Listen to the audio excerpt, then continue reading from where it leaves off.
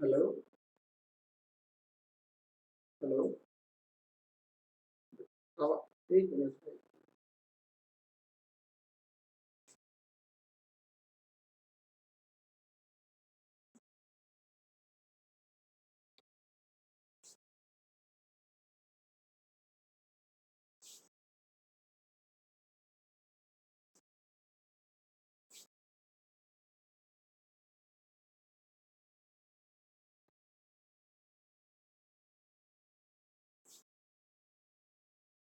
नीचे से एक माइक छोटा वाला लेके आना, मेरे टेबल में रखा हुआ।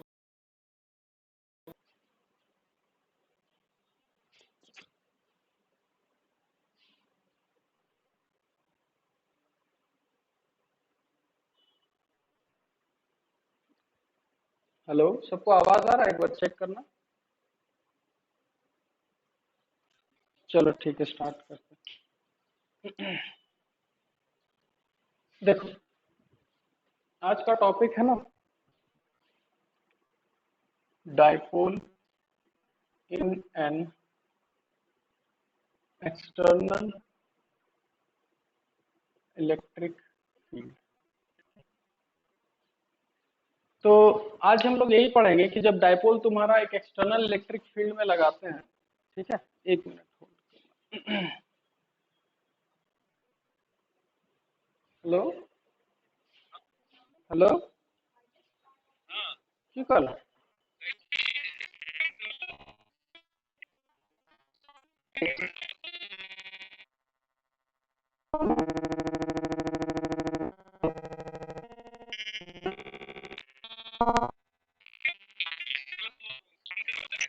अच्छा ठीक हो। क्लास में हम अभी। हैं? क्या करते हैं?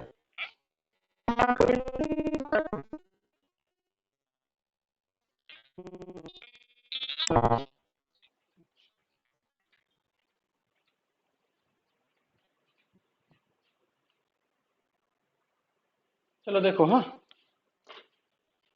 इसमें हम लोग को ये पढ़ना है ना कि अगर एक एक्सटर्नल इलेक्ट्रिक फील्ड हो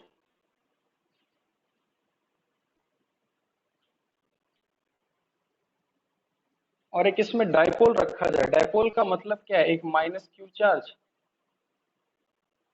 और एक प्लस क्यू चार्ज।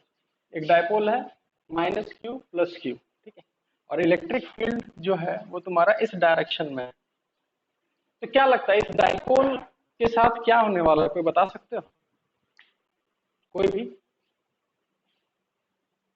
बोलो। आवाज सबको आ रहा है ना कि नहीं आ रहा? फिर से एक बार बोल रहे हैं, एक electric field, external electric field पहले से ही है, यानी यहाँ पहले से एक इलेक्ट्रिक फील्ड मौजूद है और उस इलेक्ट्रिक फील्ड में तुम डाइपोल रखे हो। तो डाइपोल का मतलब क्या है? माइनस क्यू प्लस क्यू, और इनके बीच कुछ डिस्टेंस होगा डी। ठीक है, तो इस डाइपोल के साथ क्या होने वाला है? तुमको क्या लगता है इस डाइपोल के, ये जब डाइपोल इलेक्ट्रिक फील्ड के साथ इंटरेक्ट करेगा तो क्या होगा इस डाइपोल के साथ? हम ये पूछ रहे हैं। फोर्स लगेगा किस पे? किस पे फोर्स लगेगा बताओ? देखो, तो हम लोग सबसे पहले अगर बेसिक चीज देखें तो जब भी कोई चार्ज इलेक्ट्रिक फील्ड में रहता है तो उस चार्ज पे फोर्स लगता है। फोर्स किधर लगता है? तो याद करो, प्लस चार्ज पे इलेक्ट्रिक फील्ड के डायरेक्शन में, और ये फोर्स हो जाएगा Q इंटू ई। इस नेगेटिव पे फोर्स किधर लगता है? जस्ट बैकवर्ड डायरेक्शन में, इलेक्ट्रिक फील्ड के opposite. F is equal to q into E. Minus मत लिखना, माइनस बस ये दिखा देगा कि पीछे लग रहा है। ठीक है, तो इस डाइपोल पे देखा जाए तो प्लस क्यू पे उधर फोर्स, माइनस क्यू पे इधर फोर्स। ठीक है, अब हम इसी से एक क्वेश्चन पूछ रहे हैं कि ये डाइपोल फोर्स लग रहा है आगे और पीछे दोनों, तो ये डाइपोल आगे जाएगा कि पीछे जाएगा या वही रहेगा? बताओ। हाँ, तो क्या होगा? मतलब आगे जाएगा, पीछे जाएगा, या वही रहेगा? हाँ, वही रहेगा, क्योंकि अगर देखा जाए इस पूरे डाइपोल पे देखा जाए, ट्रांसलेशन के लिए हम लोग सिर्फ नेट फोर्स देखते हैं, तो हम देख रहे हैं क्यूई इधर और क्यूई इधर, तो इसका मतलब कि इस पे देखा जाए तो नेट फोर्स तुम्हारा कितना है, 0। नेट फोर्स 0 मतलब नो ट्रांसलेशन मोशन,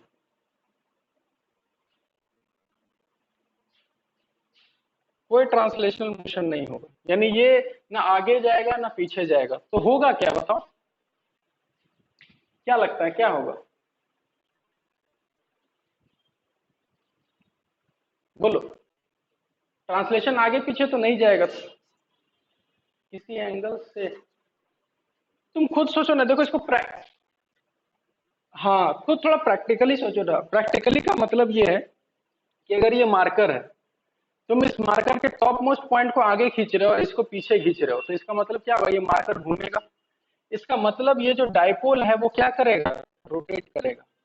और फिजिक्स में रोटेट कर रहा है, इसका वजह से फोर्स ट्रांसलेट कर रहा है, यानी फोर्स लगा रहे हो, रोटेट कर रहा है, इसका मतलब फिजिक्स में क्या निकालना होगा, टॉर्क, है ना। तो इसका मतलब यहाँ पर टॉर्क होगा, ठीक है। यानी कि सबसे पहले हम लोग ये पढ़ेंगे कि इसमें जो टॉर्क होगा वो कैसे निकालेंगे, है ना। तो सबसे पहले टॉर्क का जो फॉर्मूला होता है, ठीक है, क्या होता है फॉर्मूला टॉर्क का, बताओ।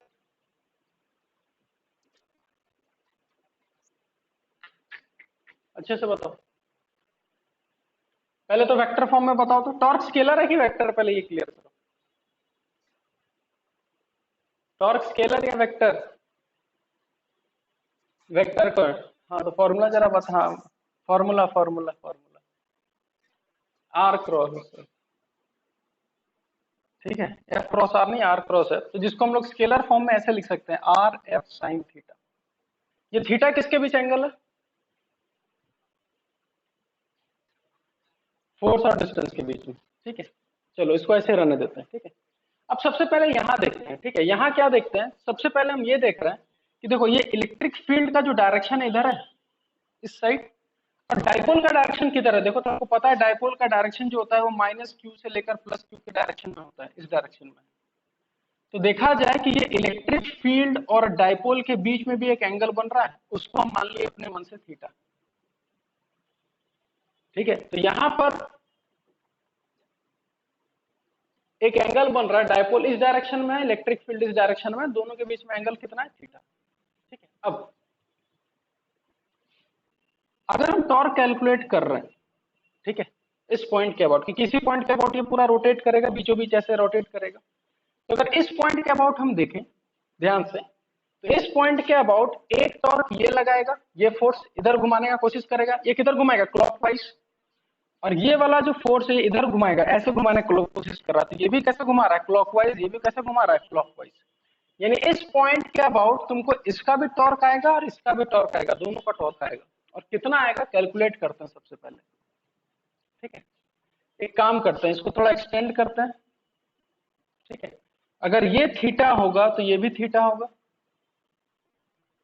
इस एफ का दो कंपोनेंट, इधर जाएगा एफ कॉस थीटा और इस साइड जाएगा एफ साइन थीटा, ठीक है। अब तुम लोग बताओ, इस पॉइंट के अबाउट एफ कॉस थीटा घुमाएगा या एफ साइन थीटा घुमाएगा, बोलो।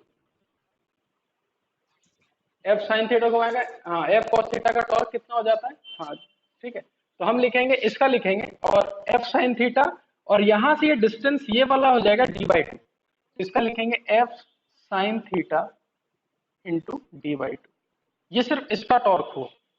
उसी तरीके से अगर फिर से देखा जाए तो ये थीटा है तो ये भी थीटा होगा, फिर से इसका एफ कॉस थीटा और इसका आएगा एफ साइन थीटा। तो अगर फिर से देखें तो इस पॉइंट के लिए फिर से एफ साइन थीटा घुमाएगा, ठीक है। तो इसका भी लिखेंगे F sine theta into d/2। अच्छा, दोनों टॉर्क को प्लस करेंगे कि दोनों टॉर्क को माइनस करेंगे, ये बताओ।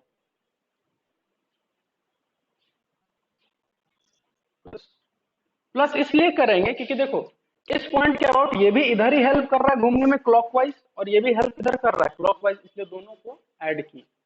तो टोटल टॉर्क अगर देखा जाए तो आएगा F sine theta into D हो गया। अब ये फोर्स है कितना, तो लिखेंगे Q E sine theta into D, ठीक है। अब इस Q इंटू डी को अगर क्लब कर दिया जाए तो हमको पता है Q इंटू डी का जो फॉर्मूला होता है वो होता है P E sine theta.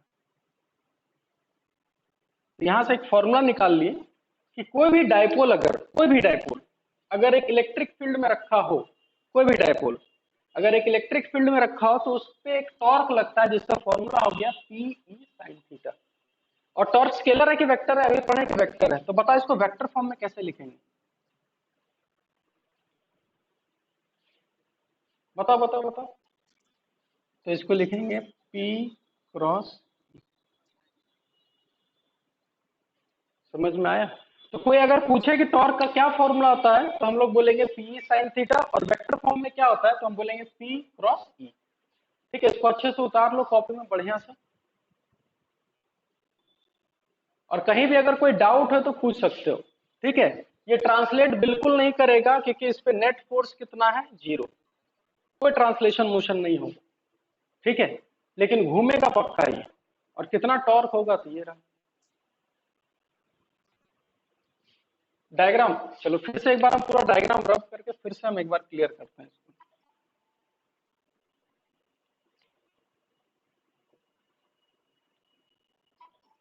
School में तुम कैसे बनाओगे? यहाँ एक माइनस क्यू लेना, यहाँ एक प्लस क्यू लेना, फिर बोलना कि देखो ये माइनस क्यू से लेकर प्लस क्यू तक ये डायपोल का हो गया डायरेक्शन, और इधर हो गया तुम्हारा इलेक्ट्रिक फील्ड का डायरेक्शन, और इन दोनों के बीच में एक एंगल हम माने कितना, थीटा। फिर बोलोगे कि इस प्लस क्यू पे फोर्स किधर लगेगा, आगे कितना फोर्स लगेगा, क्यू इंटू ई। और इस पे फोर्स किधर लगता है, इलेक्ट्रिक फील्ड के opposite, F is equal to q into E. फिर हम बोलेंगे देखो आगे भी फोर्स पीछे भी फोर्स, नेट फोर्स 0, तो नो ट्रांसलेशन मोशन। लेकिन हम देखेंगे कि सेंटर के अबाउट इस फोर्स का दो कंपोनेंट होगा, ये थीटा तो ये भी थीटा, इधर आएगा एफ कॉस थीटा और इधर आएगा एफ साइन थीटा। तो हम बोलेंगे एफ कॉस थीटा तो नहीं घुमा पाएगा, घुमा कौन पाएगा, एफ साइन थीटा। और यहां से ये वाला डिस्टेंस कितना होगा, तो d/2, क्योंकि टोटल डिस्टेंस d था। तो इसका फोर्स का एक टॉर्क आएगा F sine theta into d/2, यहां लिख दिए। सिमिलरली ये थीटा है तो ये भी थीटा होगा। उसी तरीके से इस एफ का दो कंपोनेंट, एफ कॉस थीटा और एफ साइन थीटा, ये भी इधर ही घुमाना चाहेगा, दोनों सेम एंगल क्लॉकवाइज घुमा रहा है, इसलिए दोनों टॉर्क को ऐड किए और ये इसको कर देना। इसको उतारो।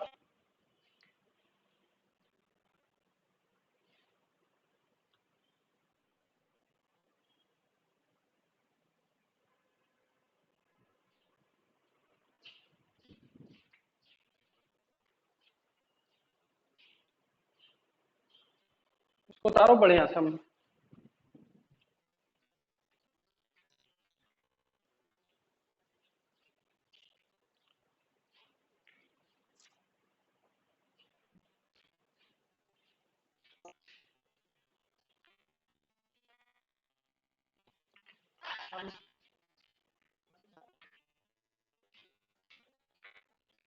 चलो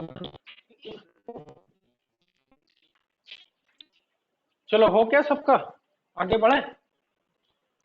ठीक है, तो इसका डेरिवेशन देखना स्कूल, हाँ स्कूल्स वगैरह में आ सकता है कि कौन सा, dipole in an external electric field. और इसको और क्लियर करने के लिए खाली बस एक चीज बताना, ये जो हम इलेक्ट्रिक फील्ड लिए ये यूनिफॉर्म था कि नॉन यूनिफॉर्म था, बस ये बता दो। यूनिफॉर्म था। हाँ तो यहाँ साइड में ऊपर लिख लेना यूनिफॉर्म। ठीक है, जब इलेक्ट्रिक फील्ड यूनिफॉर्म है तब। तो जब इलेक्ट्रिक फील्ड यूनिफॉर्म है तो इसका मतलब फोर्स 0 है पर टॉर्क लगेगा।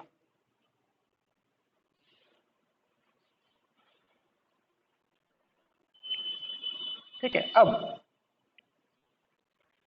ये सब देखो 1 मार्क्स में आता है, इसका डेरिवेशन नहीं आता, बस ये 1 मार्क्स क्वेश्चन में पूछा जा सकता है कि if dipole is placed in non uniform electric field. ठीक है, जब इसको नॉन यूनिफॉर्म इलेक्ट्रिक फील्ड पे रखेंगे, ठीक है, तो डाइपोल के साथ क्या होगा, डाइपोल रुका रहेगा कि डाइपोल मूव करेगा, डाइपोल रोटेट करेगा कि रोटेट नहीं करेगा, क्या होगा, थोड़ा सा सोच के बताओ।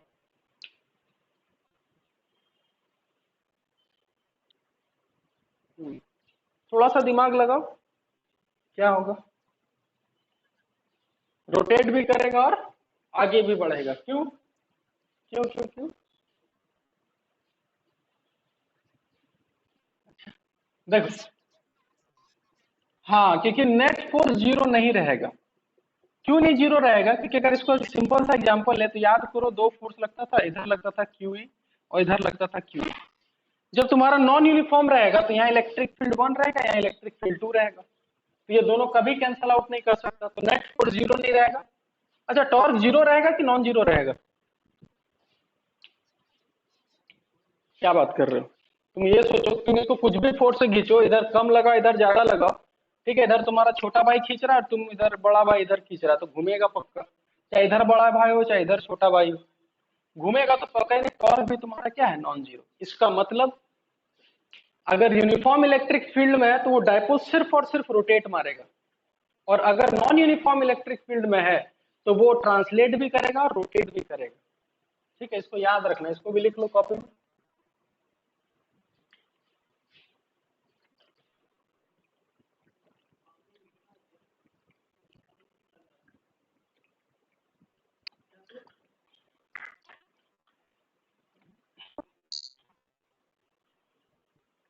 ठीक है, चलो आगे बढ़ते हैं ना।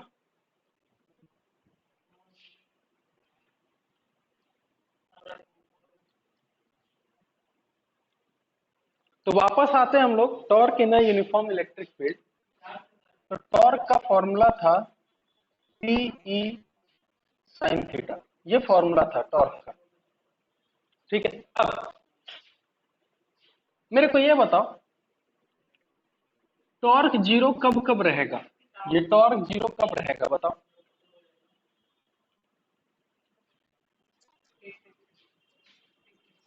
एक को यानी यहां पर बोल सकते हैं कि टॉर्क जीरो तभी हो सकता है जब साइन थीटा का वैल्यू जीरो हो जाए। तो थीटा का वैल्यू कितना?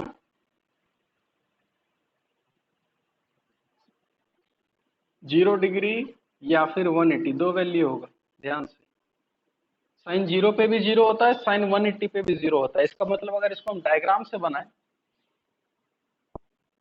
तो अगर इलेक्ट्रिक फील्ड का डायरेक्शन इधर है, इसका मतलब डायपोल इसी डायरेक्शन में, ये रहा माइनस क्यू और ये रहा प्लस क्यू, और डायपोल अपोजिट है यानी कि प्लस क्यू माइनस क्यू। ये वाला जो फर्स्ट केस है इसमें थीटा का वैल्यू 0 डिग्री है, और ये जो सेकंड केस है इसमें थीटा का वैल्यू 180 डिग्री है।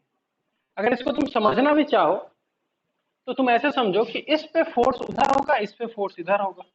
तो अगर इसको इधर खींचे इसको इधर खींचे तो ये कभी घूम सकता है? कभी नहीं घूम सकता, इसलिए टॉर्क जीरो है। इस पे फोर्स देखा जाए तो इधर, इस पे फोर्स देखा जाए तो इधर, यानी इसको इस तरह से समझो कंप्रेस कर रहा है, तो कंप्रेस करने में तो घूमेगा नहीं, इसलिए ये भी तुम्हारा टॉर्क जीरो है, ये भी टॉर्क जीरो है। ठीक है,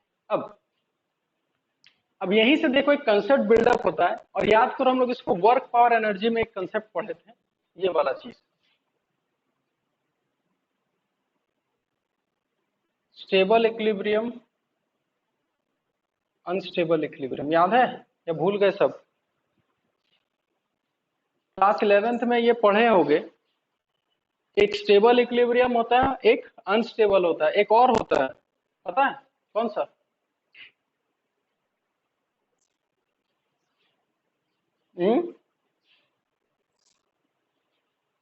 स्टेबल इक्विलिब्रियम, अनस्टेबल इक्विलिब्रियम, और एक होता है न्यूट्रल इक्विलिब्रियम। ठीक है, अच्छा, इक्विलिब्रियम कब होता है ये बताओ? यहाँ छोटा छोटा चीज बताते हैं, अगर 11th वाला भूल गए होगे तो। इक्विलिब्रियम कब होता है?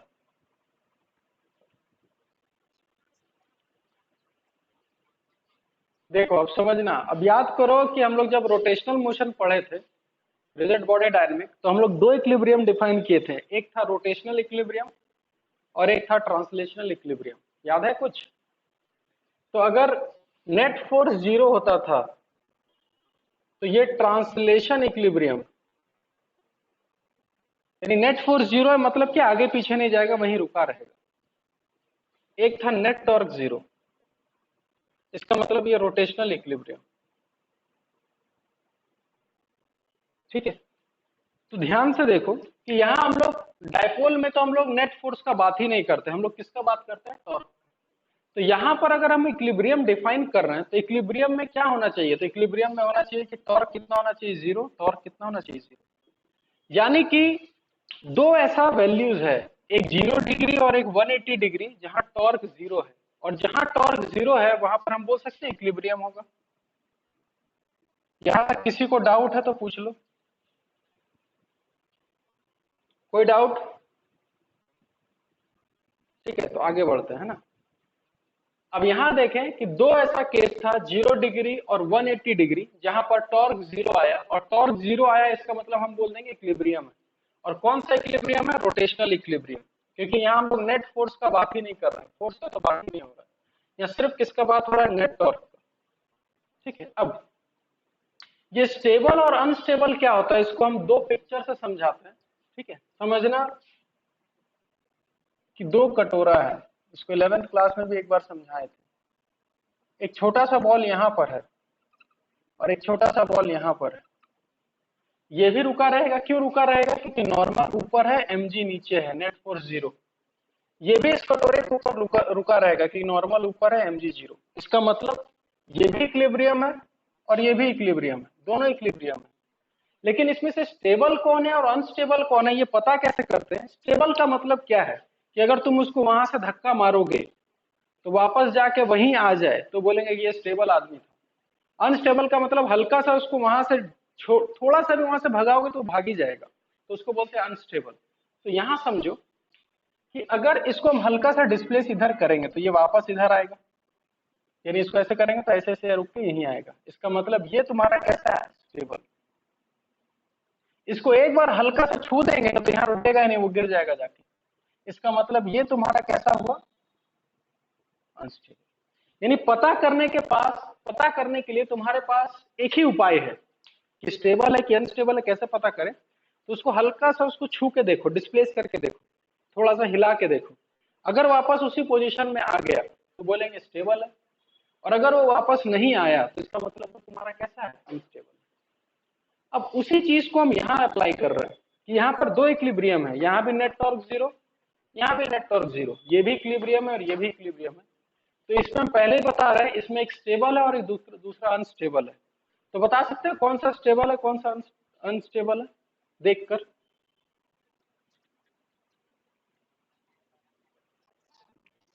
हाँ, क्यों स्टेबल है भाई?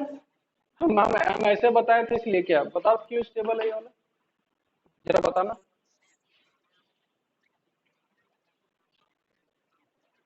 एफ तो दोनों में जीरो है, नेट फोर्स तो हमेशा जीरो है, हम क्या बात कर रहे हैं, ये स्टेबल क्यों है, इसका लॉजिक क्या दोगे?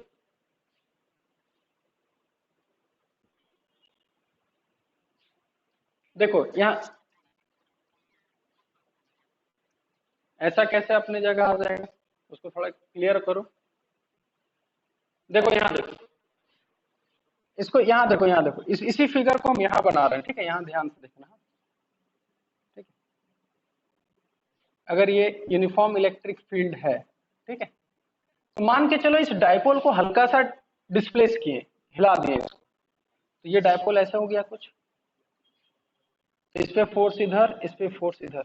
ये बताओ तो किधर घूमेगा, वापस डिस्प्लेस करने पे ये ऐसे जाएगा या उल्टा घूमेगा, बताओ तो? ये क्लॉकवाइज घूमेगा कि एंटी क्लॉकवाइज, खाली ये बता दो। क्लॉकवाइज घूमेगा, इसका मतलब कि इसको हल्का सा ऊपर डिस्प्लेस किए तो मतलब ये क्लॉकवाइज घूमा। ठीक है, उसी तरीके से अगर इसको हम नीचे ऐसे ऐसे डिस्प्लेस करते हैं, ऐसे ऐसे कर देते हैं, तो माइनस वाले पे पीछे, प्लस वाले पे इधर, तो ये बताओ तो कैसे घूमता, क्लॉकवाइज या एंटी क्लॉकवाइज? जब इसको ऐसे करते तो कैसे घूमता, बताओ? Anti clockwise. ठीक है, उल्टा घूमेगा। इसका मतलब हम ये देख रहे हैं कि इसको अगर ऐसे करे तो वापस इधर आ रहा है, इसको इधर करे तो वापस इधर आ रहा है। इसका मतलब इसको डिस्प्लेस करने पर ये वापस अपने जगह पे आ रहा है। इसका मतलब ये वाला जो है कौन सा इक्विलिब्रियम है, स्टेबल है। अब इसको भी देख ही लेते हैं कि अनस्टेबल क्यों है ये। इसको हल्का सा डिस्प्लेस अगर कर दिए ऐसे, तो इस माइनस पे इधर माइनस यहाँ लिख देते हैं, माइनस क्यू प्लस, ये माइनस क्यू ये प्लस क्यू, ठीक है, कुछ ऐसा लगेगा, ठीक है। तो बताइए कैसे घूमने का ट्राई करेगा, इसको इधर खींच रहे इसको इधर, ये क्लॉकवाइज घूमेगा कि एंटी क्लॉकवाइज, बताना, बोलो। क्लॉकवाइज, क्लॉकवाइज घूम जाएगा, यानी कि इसको हल्का सा ऐसे किए और वो पूरा घूम ही गया, वापस आया ही नहीं। इसका मतलब ये तुम्हारा कैसा इक्विलिब्रियम है, अनस्टेबल, ठीक है। तो इतना तुम लोग को समझना है, हम पूरा थ्योरी यहाँ क्लियर कर दिए, तुम लोग को बस ये याद रखना है कि भाई टॉर्क का फॉर्मूला क्या है, पीई साइन थीटा, पहला चीज ये याद रखना है। उसके बाद तुमको ये भी याद रखना है कि भाई टॉर्क जीरो कब होता है, तो हमको ये पता है कि 0 डिग्री 180 डिग्री पे। फिर ये भी क्लियर करना है कि देखो टॉर्क दो जगह जीरो हो रहा है, एक 0 डिग्री पे और एक 180 डिग्री पे, और हम लोग ये पढ़े हैं कि जहां पर इक्विलिब्रियम होता है वहां दो टाइप का इक्विलिब्रियम होता है, या तो स्टेबल या फिर अनस्टेबल। तो याद रखना, जीरो स्टेबल है और 180 तुम्हारा क्या है, अनस्टेबल। और अगर लॉजिक के साथ याद रखोगे तो ज्यादा दिन तक याद रहेगा, ठीक है। इसको भी पूरा कॉपी में उतारो बढ़िया से। हाँ बोलो, कौन सा, स्टेबल की अनस्टेबल? स्टेबल वाला ना, चलो यहाँ स्टेबल वाला फिर से बता रहे हैं। देखो, ये है यूनिफॉर्म इलेक्ट्रिक फील्ड, ठीक है। हम क्या कहते हैं, या तो देखो डिस्प्लेस कैसे कर सकते हैं, या तो इसको हल्का सा ऐसे या इसको हल्का सा ऐसे, ऐसे ही डिस्प्लेस कर सकते हैं। तो मान के चलो तुम ऐसे डिस्प्लेस कर दिए इसको, ये इधर माइनस क्यू इधर प्लस क्यू, तो इस प्लस क्यू पे तो इधर ही लगेगा, इस पे इधर लगेगा। इसका मतलब तुम अगर इसको इधर खींचोगे इसका इधर खींचोगे तो किधर रोटेट मारेगा, कुछ ऐसे रोटेट मारेगा, ये वापस अपने अपने जगह पे आने का ट्राई करेगा। अगर इसको तुम ऐसे टिल्ट किए, यानी कि ये डायपोल कुछ ऐसा हो जाएगा, प्लस क्यू इधर माइनस क्यू इधर, ये इधर ये इधर, तो जब इधर खींचेगा तो ये डायपोल वापस इधर आने का ट्राई करेगा। तो देख क्या रहे हैं कि तुम्हारा डायपोल जब सीधा था इसको ऐसे कर रहा है तो वापस इधर आ रहा है, इसको नीचे कर रहा है तो वापस इधर आ रहा है, तो वापस अपने पोजीशन को रिगेन कर रहा है वो। इसका मतलब ये कैसा है, अनस्टेबल। और जब इसको देखे कि इसको हल्का सा अगर टिल्ट किए, हल्का सा, तो देख रहे हैं इसको उधर खींच रहा है इसको इधर खींच रहा है, तो ये पूरा ही रोटेट मार जाएगा, अपनी जगह में इधर आया ही नहीं। तो इसका मतलब इसलिए इसको क्या बोले, अनस्टेबल, ठीक है। इसको उतारो।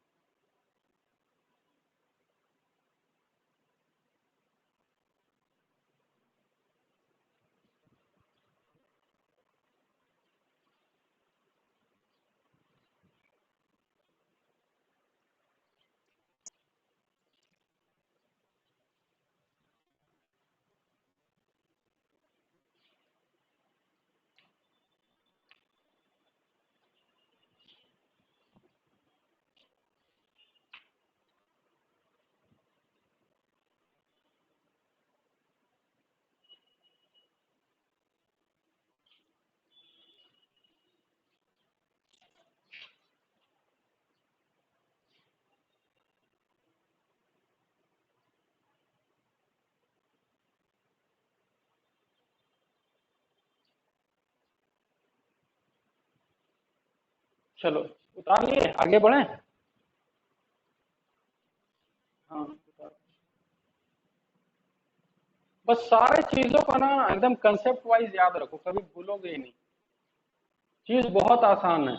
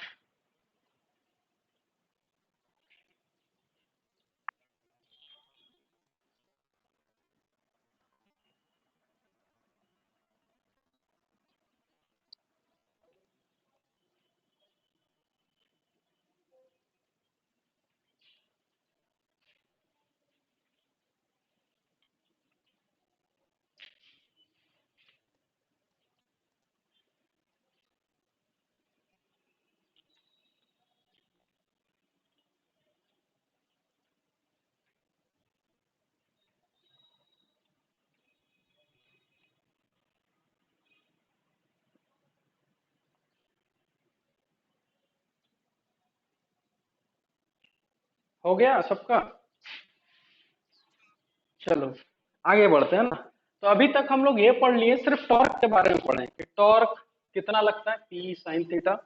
वेक्टर फॉर्म में टॉर्क को लिखते हैं पी क्रॉस सी। ठीक है, देखना इस पे भी कभी कभी क्वेश्चन आ जाएगा। डायपोल भी वेक्टर फॉर्म में दिया रहेगा, इलेक्ट्रिक फील्ड भी वेक्टर फॉर्म में दिया रहेगा, तो आंसर निकाल लेना क्रॉस प्रोडक्ट करके। ठीक है, चलो तो अब हम लोग ये पढ़ते हैं। क्या क्या क्या क्या क्या बोल रहे हो? हम्म। हाँ, इसको इसको घुमा के 0 डिग्री ले आओ, पूरा घुमा दो इसको, ऐसे बना दो, स्टेबल आ जाएगा। ठीक है, लेकिन क्वेश्चन ऐसा नहीं पूछेगा कि क्या बनाना है, वो पूछेगा अनस्टेबल कब होता है, स्टेबल कब होता है। ठीक है, अच्छा ये बताओ, टॉर्क जीरो तो पता कर लिए, टॉर्क जो है वो मैक्सिमम कब होगा?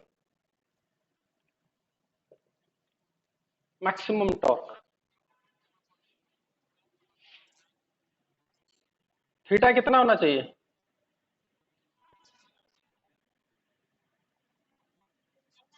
ठीक है, दो एंगल पे होता है। अब दिमाग में तुम लोग ये रखोगे 90 डिग्री पे तो पी हो जाएगा, और 270 पे माइनस पी होगा। अब ये मत समझना कि पी बड़ा है और माइनस पी छोटा है, याद करो ये टॉर्क वेक्टर है, तो इसमें प्लस और माइनस सिर्फ क्या शो करेगा तुमको, डायरेक्शन शो करेगा। ठीक है, तो इसका मतलब टॉर्क मैक्सिमम कब होगा, तो याद रखना 90 डिग्री या 270। 90 डिग्री और 270 का मतलब क्या है, हम यहाँ पर इसको छोटा सा करके बताते हैं, यहाँ पर इसको भी कॉपी में बना लेना। 90 डिग्री का मतलब अगर इलेक्ट्रिक फील्ड ऐसा है तो डायपोल ऊपर डायरेक्शन में है, यानी माइनस क्यू इधर प्लस क्यू इधर, 90 डिग्री। और अगर 270 का मतलब क्या है पता है, ऐसा, माइनस क्यू पर प्लस क्यू। अब बोले ऐसे मत नाप लेना, हम लोग हमेशा एंगल ऐसे लिए हैं, तो ये एंगल हो गया 270 डिग्री। तो दोनों केस में जो होगा, इसमें फोर्स ऐसे ऐसे होगा, इसमें फोर्स ऐसे ऐसे होगा, तो दोनों केस में जो तुम्हारा टॉर्क होगा वो मैक्सिमम होगा, 90 डिग्री पे और इस पे 270 पे। इसको भी उतार लो। ठीक है, तो मैक्सिमम पूछा जाएगा तो दोनों में 90 270 दोनों।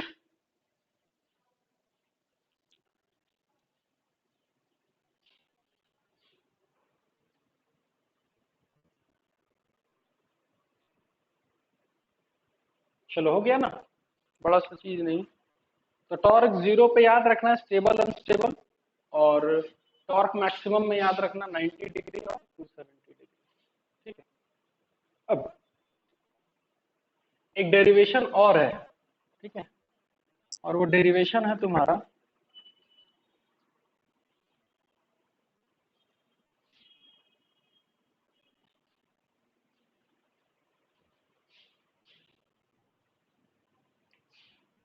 Potential energy of dipole in uniform electric field. Non uniform इसमें नहीं आएगा। ठीक है, इसमें सिर्फ कौन सा टॉपिक है, यूनिफॉर्म इलेक्ट्रिक फील्ड, यानी कि अगर एक डाइपोल यूनिफॉर्म इलेक्ट्रिक फील्ड में है तो उसके पास एक पोटेंशियल एनर्जी होगा, और क्यों होगा ये समझना। ठीक है, तो मान के चलो एक डाइपोल ऐसे है, माइनस क्यू प्लस क्यू, ये एंगल थीटा, क्योंकि डाइपोल का डायरेक्शन इधर है और इलेक्ट्रिक फील्ड का डायरेक्शन इधर है। कैसे रोटेट करेगा, क्लॉकवाइज या एंटी क्लॉकवाइज, जल्दी बताओ। क्लॉकवाइज। ठीक है, हाँ, कभी भूल भी जाओ तो याद रखना राइट हैंड थंब रूल, याद है ना, टॉर्क का जो वैल्यू होता है पी क्रॉस ई, पी क्रॉस ई ऐसे घूमेगा। ठीक है, और नहीं पता है तो सिंपल ऐसे एनालाइज भी कर सकते हैं, इसमें फोर्स इधर, इसमें फोर्स इधर, ऐसे घूमेगा। ठीक है, तो अगर ये घूमेगा हल्का सा, तो याद करो हम लोग 11th क्लास में पढ़े थे जैसे, कि अगर फोर्स और छोटा सा डिस्प्लेसमेंट, आवाज नहीं आ रहा है? आ, आ रहा है ना? चलो ठीक है। देखो, हम लोग क्लास 11th में क्या पढ़े थे, कि अगर कोई फोर्स एक छोटा सा डिस्प्लेसमेंट लेता है dx, तो क्या होता है जरा बताना। एफ डॉट डी एक्स याद है कुछ, क्या होता है ये? छोटा सा, हाँ, छोटा सा वर्क डन डी डब्ल्यू। ठीक है। उसके बाद हम लोग याद करो रिजिड बॉडी डायनेमिक्स यानी रोटेशनल मोशन में क्या पढ़े थे कि अगर कोई टॉर्क छोटा सा डिस्प्लेसमेंट ले डी थीटा, यानी टॉर्क फोर्स डिस्प्लेसमेंट दे या टॉर्क उसको घुमा दे, तो ये भी एक वर्क डन होता था डी डब्ल्यू। ठीक है। तो यहाँ इस डाइपोल के लिए कौन सा फॉर्मूला लगेगा, ये फर्स्ट वाला या सेकंड वाला? वर्क के लिए सेकंड वाला, क्योंकि हमको फोर्स से कोई मतलब ही नहीं है, हमको यहाँ किससे मतलब है, टॉर्क से। तो हम बोलेंगे टॉर्क और डी थीटा का डॉट प्रोडक्ट होता है छोटा सा वर्क डन। तो अगर तुमको टोटल वर्क डन निकालना हो तो तुमको इंटीग्रेट करना होगा, और किसको इंटीग्रेट करना होगा, टी और डी थीटा। तो मान के चलते कि डी थीटा रोटेट हुआ, कितना रोटेट हुआ, डी थीटा। और टॉर्क का फॉर्मूला हम लोग पढ़ रखे हैं, कितना होता है torque, P E sine theta into D theta. अब इसमें जो तुम्हारा P और E है, क्योंकि यूनिफॉर्म है तो P और E दोनों कांस्टेंट है, तो ये आ जाएगा इंटीग्रेशन के बाहर, और integration of sine theta into D theta. चलो जी मैथ्स वाले बताओ फटाफट, साइन थीटा का इंटीग्रेशन माइनस कॉस से, बस। तो ये फॉर्मूला अपना को याद रखना है। ठीक है। देखो इधर ये जो वर्क डन आया, ठीक है, वर्क डन हो गया तुम्हारा कितना, माइनस पीई कॉस थीटा। ठीक है। और एक चीज हम भूल गए यहाँ पर, इधर यहाँ लिमिट भी तो लगाना होगा ना। तो मान के चलो कहीं से भी कि हम कहाँ से घुमाएं, थीटा वन से लेकर थीटा टू तक। ठीक है। तो जो तुम्हारा वर्क डन होगा वो होगा पीई, माइनस तो होगा, और कॉस थीटा, लिमिट कहाँ से कहाँ तक, थीटा वन और थीटा टू। तो ये वर्क डन हो जाएगा minus PE cos theta two minus cos theta one. ये याद रखना बस। और ये थीटा टू थीटा वन क्या है ये हम बताएंगे। ठीक है। अच्छा, जब हम लोग वर्क डन निकाल लिए, अगर हम लोग वर्क डन निकाल लिए तो पोटेंशियल एनर्जी कैसे निकालोगे, जल्दी बता दो बस। अगर हम वर्क डन निकाल चुके हैं, माइनस होता तो बस, वर्क, क्योंकि हम लोग पढ़े हैं work done by conservative force is equal to minus of potential energy. ठीक है। हाँ। तो यू हो जाएगा तुम्हारा इसका माइनस, यानी PE cos theta two minus cos theta. चलो इसको आराम से उतारो बढ़िया से, एक बार फिर से जिसको समझ में नहीं आया। सबसे पहले हम लोग यही वाला फॉर्मूला इसलिए लिए क्योंकि यहाँ हर चीज रोटेट हो रहा है, और जब भी हर चीज रोटेट हो रहा है तो वहां टॉर्क, और torque dot d theta is equal to छोटा सा work done d W. Total work निकालना होगा तो इंटीग्रेट मारना होगा। टॉर्क का फॉर्मूला क्या होता है, पीई साइन थीटा। पी और ई दोनों कांस्टेंट है, क्योंकि ई तुम्हारा यूनिफॉर्म है, दोनों आ गया बाहर। और मान ली कि कहां से कहां रोटेट हुआ, थीटा वन से थीटा टू। सॉल्व कर लिए, ये आया वर्क डन। अब इससे पोटेंशियल कैसे निकालेंगे, तो मेरे पास ये उपाय है, क्योंकि work done by conservative is equal to minus of potential energy. तो U is equal to pE cos theta two minus cos theta one. इसको उतारो बस।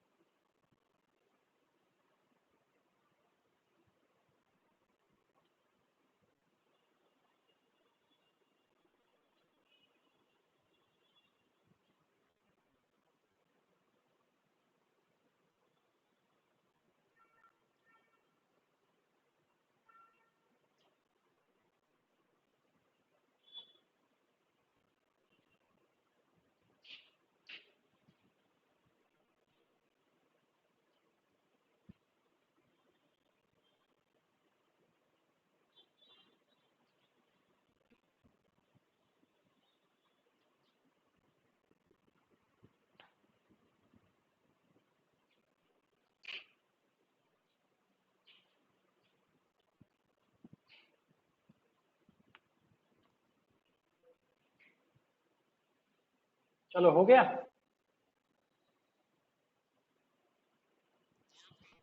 चलो, अब यहाँ पर पता है एक छोटा सा चीज याद रखना है।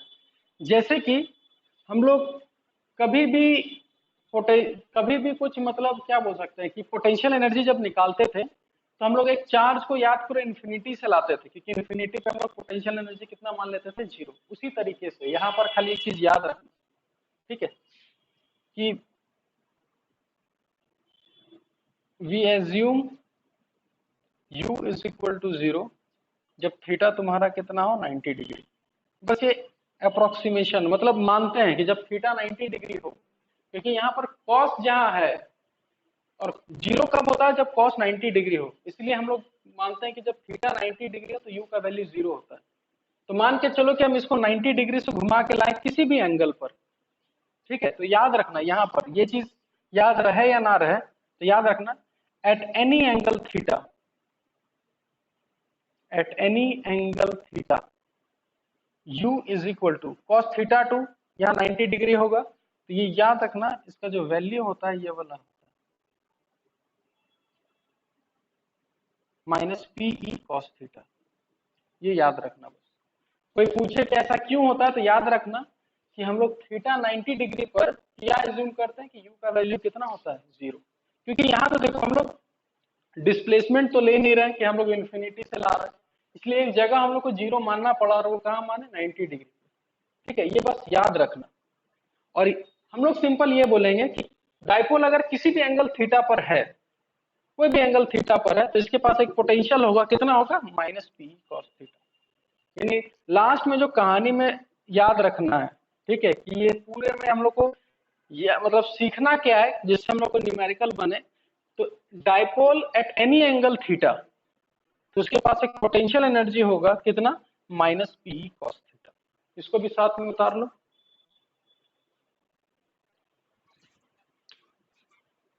क्या क्या क्या,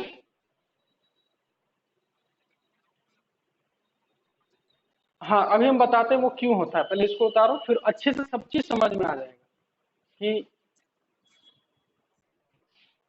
यहाँ पर खाली लिख लेना है ना, जैसे ये वाला है ना, तो यहाँ लिख लेना theta two is equal to 90 degree और theta one is equal to theta, बस ये याद रखना यहाँ पर वैल्यू, ठीक है। ये नहीं भी लिखोगे तो काम चलेगा, खाली बस लास्ट में यही लिखना है, at any angle theta u is equal to minus p cos theta, और ये लिख दोगे तो और चीज क्लियर हो जाएगा। थीटा टू का वैल्यू 90 डिग्री और थीटा वन का वैल्यू थीटा।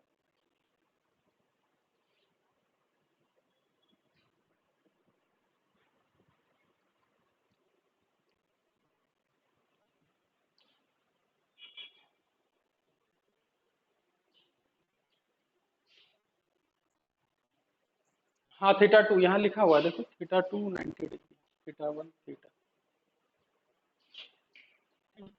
अब देखना सारा चीज कितने अच्छे तरीके से रिलेट होगा, हाँ इतना चीज पढ़ने के बाद।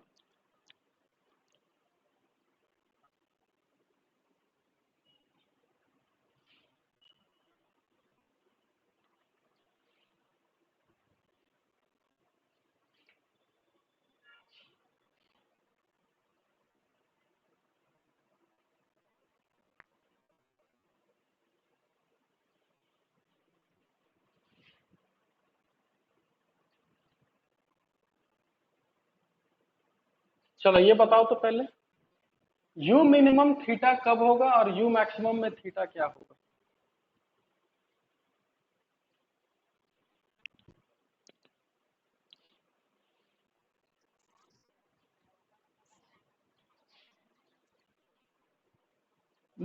मिनिमम थीटा कितना, बस यही लोग फंस जाता है। एक मिनट एक मिनट, यू स्केलर है कि वेक्टर है, एनर्जी स्केलर होता है, ठीक है, तो स्केलर में वेक्टर में तो प्लस माइनस डायरेक्शन बताएगा, लेकिन स्केलर में प्लस माइनस कुछ नहीं बताता, वो तो मैग्नीट्यूड बताता है। अब अगर हम ऐसे ही देखें कि अगर हम 90 डिग्री लें तो cos 90 जीरो हो जाता है, तो u का वैल्यू जीरो होगा। अगर थीटा 180 ले तो क्या होगा, theta zero degree, theta zero degree लेंगे तो क्या होगा बताओ।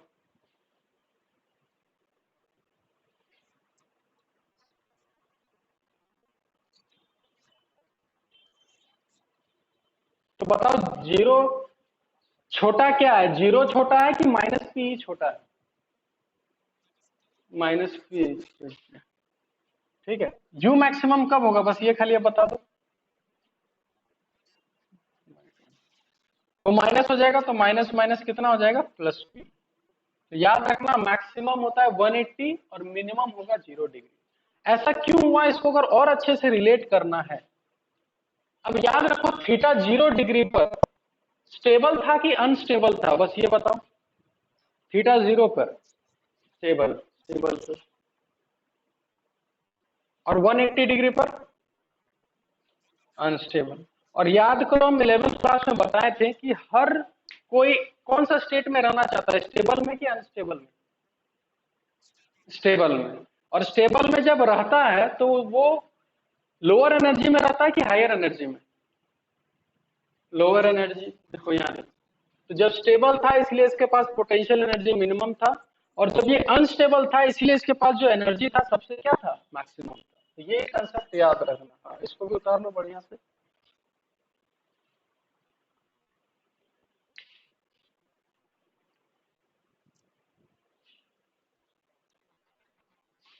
नब्बे डिग्री में कुछ होता ही नहीं है, 90 डिग्री में खाली यू का वैल्यू 0 होगा। तो वहां स्टेबल नहीं है ना, स्टेबल, इसलिए वहां का बात ही नहीं करते हम लोग, सिर्फ बात करते हैं मिनिमम और मैक्सिमम का।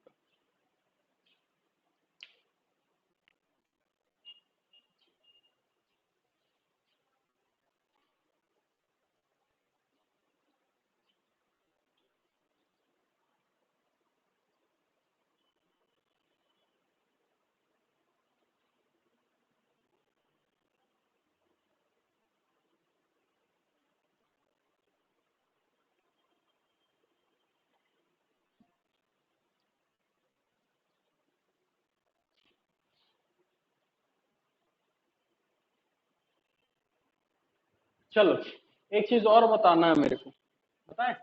इसको उतार लो।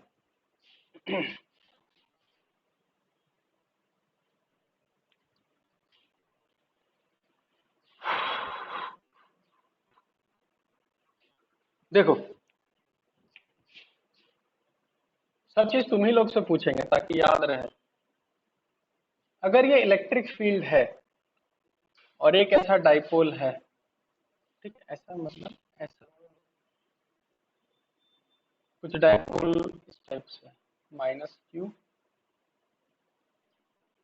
प्लस क्यू, ठीक है, डाइपोल इस डायरेक्शन, ठीक है। ये तो बताओ रोटेट करेगा कि नहीं करेगा सबसे पहले, जल्दी। नहीं करेगा, ठीक है। कौन सा इक्विलिब्रियम है, स्टेबल कि अनस्टेबल? स्टेबल इक्विलिब्रियम, ठीक है।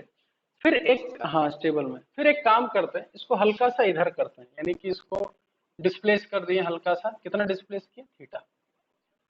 तो माइनस क्यू इधर हो गया, प्लस क्यू इधर हो गया, ठीक है। तो हमको पता है स्टेबल है, इसका मतलब ये वापस पीछे आने का ट्राई करेगा, ठीक है। इसको क्या किया, थीटा डिस्प्लेस करके छोड़ दिए। तो ये जब वापस आएगा, तो ये जब इधर देखो, जब ये वापस आएगा तो हॉरिजॉन्टल में रुक जाएगा या हॉरिजॉन्टल को पार कर जाएगा, बस ये बताओ। ठीक है, इसको हाँ जैसे हल्का सा पार कर जाएगा। तो जब मतलब कि जब यहां से इस पोजीशन से यहां तक आएगा तो इसका जो एंगुलर वेलोसिटी है, वेलोसिटी का बात करना है नहीं क्योंकि रोटेट कर रहा है, जब यहां से ये ऐसे घूम के आएगा तो इसका एंगुलर वेलोसिटी बढ़ेगा कि घटेगा? इसको एकदम झूला की तरह समझो, झूला झूलाता है ना, तो इसको ऐसे ले आए और छोड़ दिए, तो जब तक ये बीच तक आता है इसका वेलोसिटी बढ़ता है, उसी तरीके से इसका एंगुलर वेलोसिटी बढ़ेगा, ठीक है। उसके बाद जब ये हॉरिजॉन्टल पोजीशन को क्रॉस कर देगा, वापस इधर आएगा, इसके बाद इस साइड, तो इसका जो वेलोसिटी है, एंगुलर वेलोसिटी बढ़ेगा कि घटेगा? घटेगा। और फिर घटते घटते घटते घटते घटते जीरो हो जाएगा। फिर ये क्या होगा, वापस रिटर्न होगा इधर से, फिर ये हॉरिजॉन्टल में रुकेगा कि पार कर जाएगा? पार कर जाएगा। तो देखने से क्या लग रहा है कि ये ऐसे ऐसे क्या करेगा? तो बोल सकते हैं कि पीरियोडिक मोशन करेगा, ठीक है। अब ये पीरियोडिक मोशन एसएचएम होगा या नहीं होगा, वो कैसे प्रूफ करते थे याद है? कैसे? हाँ, वो तो फोर्स में देखते थे, यहाँ फोर्स का बात ही नहीं है, यहाँ फोर्स का बात है कि टॉर्क का? यहाँ फोर्स का बात होगा कि टॉर्क का? टॉर्क का। तो अगर torque directly proportional to theta, theta आता था तो एसएचएम माइनस माइनस खाली शो करता था डायरेक्शन। तो अगर ये आ जाएगा तो प्रूफ हो जाएगा कि एसएचएम करेगा। तो सबसे पहले कितना चीज आसान है देखना, हमको पता है कि जो टॉर्क यहाँ इसमें लगेगा किसी भी थीटा एंगल पर, उसका फॉर्मूला रेडीमेड हम लोग निकाल के रख रखे हैं, पीई साइन थीटा। तो ये बताओ, यहाँ torque p constant E constant, तो क्या torque directly proportional to theta है या नहीं है? हाँ या ना बस बोलना। नहीं है, नहीं है, नहीं है, नहीं है, यहाँ साइन थीटा है, थीटा नहीं है।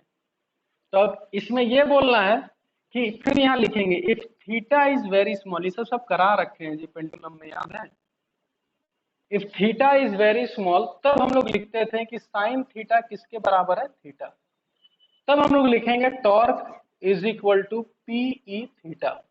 तो अब हम लोग बोलेंगे कि यहां पर जो है torque is directly proportional to theta. तो यानी अगर तुमसे ये पूछे, कोई पूछे कि डायपोल को हल्का सा डिस्प्लेस कर दे तो वो एसएचएम करेगा कि नहीं करेगा, तो तुम्हारा आंसर क्या होना चाहिए?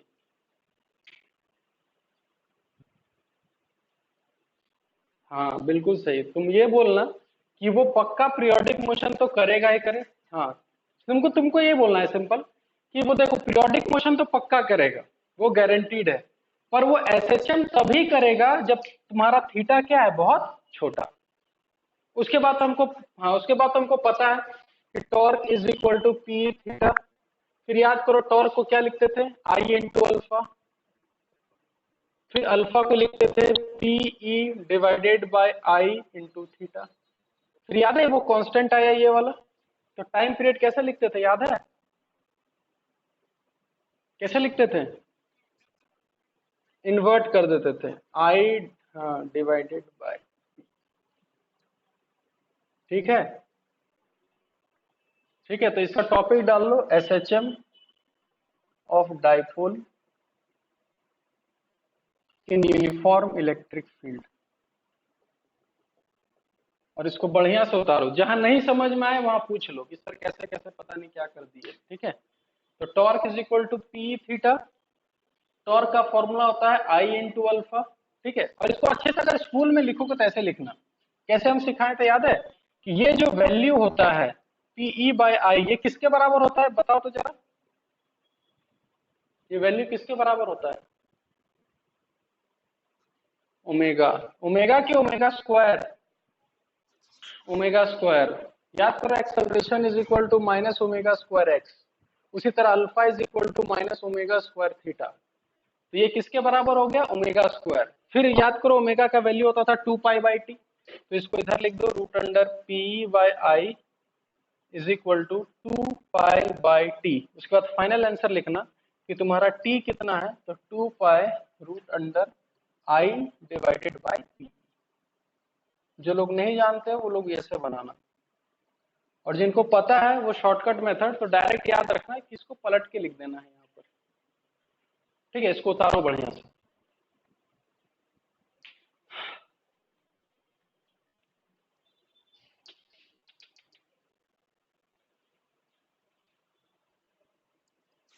हाँ बोलो बोलो।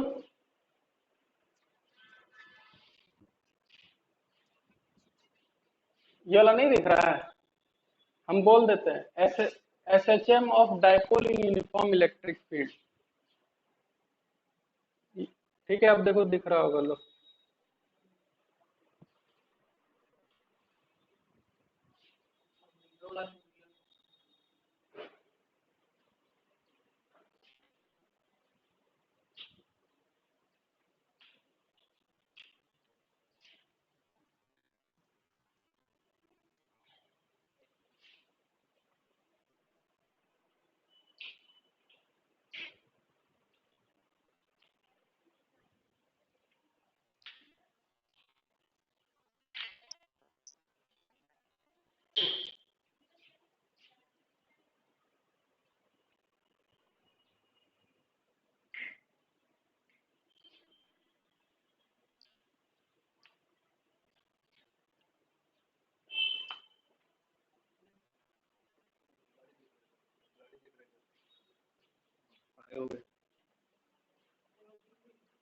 चलो ठीक है, आज इतना ही रखते हैं ना, इसको नोट डाउन करके लिखना, फिर मिलते हैं, ठीक है।